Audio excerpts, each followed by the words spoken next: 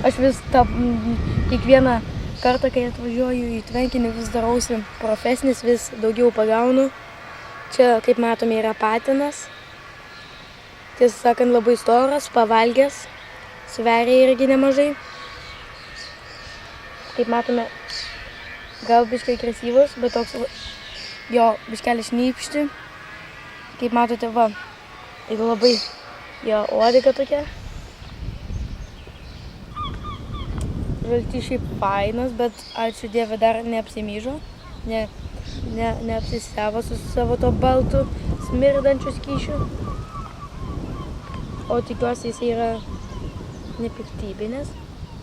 Va toksai va didelis, gražus. Pagal mane tai yra patinas. Nesu tikras, bet toksai atrodo į patinas. Tokie raumenys kokie.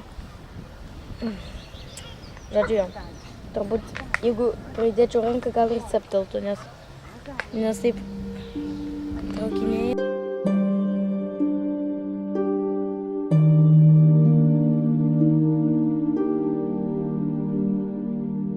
Tarp žalių Lietuvos pievų ir vandens pakraščių tyliai gyvena senas mūsų žemių gyventojas – Žaltys. Jis šliaužia tyliai šiltos saulės glostomas, tarsi pats būtų jos kūdikis. Geltoni lopeliai prie galvos spindi kaip mažas ugnelės. Ženklas, kad tai taikus, bet išmintingas padaras. Žaltys neša ne baimę, o ramybę. Jis saugo namus, kur praeinam ir primena, kad gamtoje viskas turi savo vietą. Senoliai sakydavo, jei žaltys apsigyvena prie trobos, laimė neapleis šeimos. Tik neužgauk jo, juk tai gyvybės atsinaujinimo ir žemės globėjo simbolis. Ir kai kitą kartą pamatysi žalčio šešėlį, tyliai šliaužiančių tarp žolių, prisimink, tai nepaprastas roplys, tai senas draugas, tylus mūsų žemės paslapties saugotojas.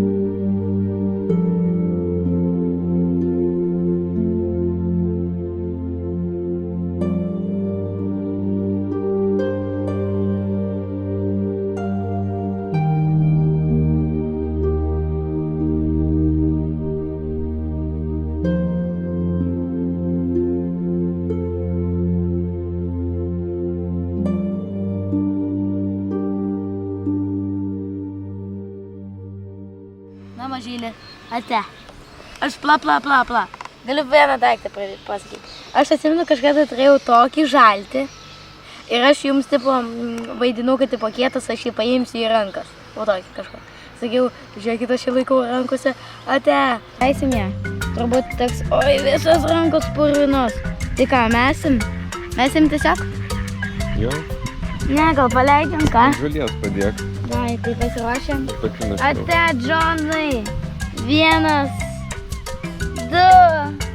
Ate, patai geriausia gyvatėlė. Paskui kažkada susitiksim. Ate.